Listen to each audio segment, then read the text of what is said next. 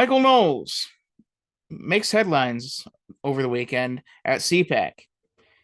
Probably did it. Probably made more headlines than Donald Trump did. So good on Micheal. He's a good guy. I like him. But what did he say that caused such a media outroar and anger and Micheal Knowles potentially making a lot of money off false headlines? We'll get into it in a moment. But first, make sure to like the video, subscribe to the channel, and hit the notification bell so you don't miss anything.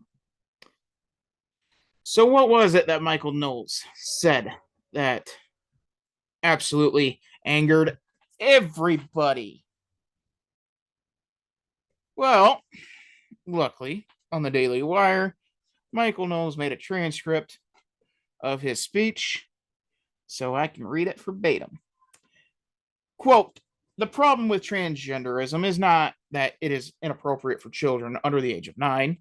The problem with transgenderism is that it is not true.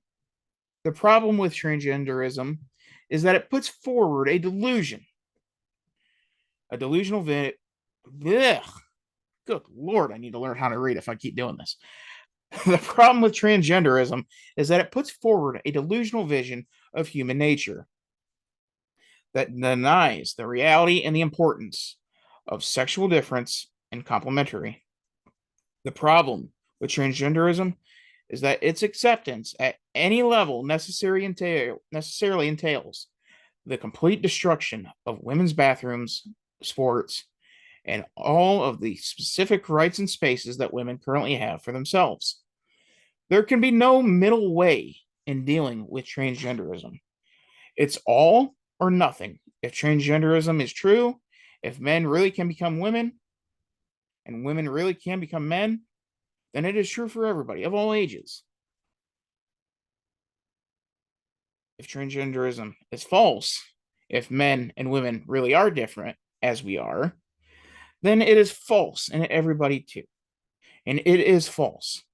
Then we should not indulge it, especially since the indulgence requires taking away rights and customs from so many people. If it is false, then for the good of society, for the good of the poor people who have fallen prey to this confusion, transgenderism must be eradicated from public life entirely.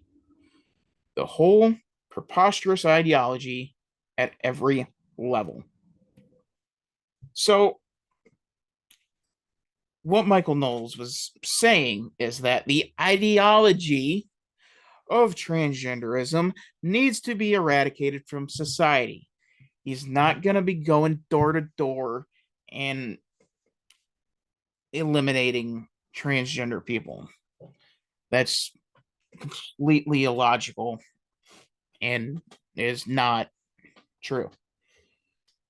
He's not looking to exterminate transgender people.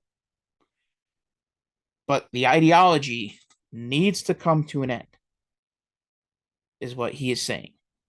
The thought that a man can become a woman and a woman can become a man, that is what he is saying that needs to end, and he is 100% right. There is no avenue where a biological man can become a woman. There is no avenue where a biological woman can become a man. And that's just the reality of the situation. And this transgender movement and the boom that we're seeing, it is a trend. Trends fade. Unfortunately, for those who have gone under trans treatment, even as little as hormone and testosterone blockers and even the little things, they cannot be overturned.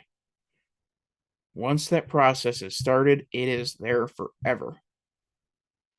And the ramifications of it are extreme, including the unaliving rate is extraordinarily high. According to the Trevor Project, A transgender man, so a biological woman trying to become a man, has attempted the unaliving themselves. 22% have attempted that, compared to a biological man who doesn't suffer from gender dysphoria. That is 6%. Biological women who do not suffer from gender dysphoria, 10%.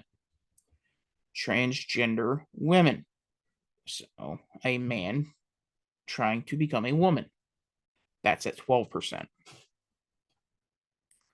All who have attempted to unalive themselves. These numbers are going to climb dramatically because of this trend that has taken off, these social pressures around, especially in blue areas, of being a part of the protected class of the LGBTQ, the attention that it gets and the support that it gets on the media. And this kind of thing, the attention, the media, that fades. And then you're left with the reality that you have forever altered your body for 15 minutes of fame. And the reality always was, you never felt like a man, you never felt like a woman.